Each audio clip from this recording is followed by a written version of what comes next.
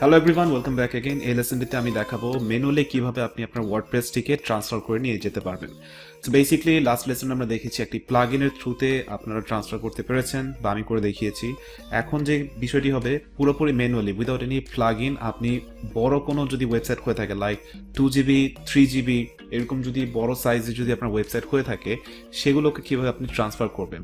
So basically আমি এই উডমার্টের যে ওয়েবসাইটটি আমি ক্রিয়েট করেছিলাম ই কমার্সের, এটিকে আমি পুনরায় আবার আপলোড করব আমার সি প্যানেলে।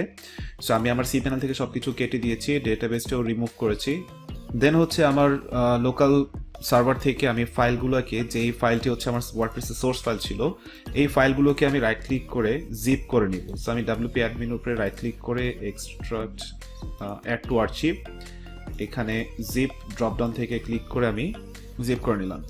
সো আমার মূলত অনলি ডাব্লিউপি কন্টেন্টটাও যদি আমি মানে জিপ করে নেই তাহলেও চলবে, বাট আমি চাচ্ছি পুরো ওয়ার্ডপ্রেসটাকে নতুন করে সেট আপ না করে এখানে যে ভার্সনের ওয়ার্ডপ্রেসের ওয়েবসাইটটি ছিল সেই ওয়ার্ডপ্রেসটাকে নিয়ে আমি সহ আমার সব যে ডেটাগুলো আছে বা কন্টেন্টগুলো আছে সবগুলো আমি ট্রান্সফার করব।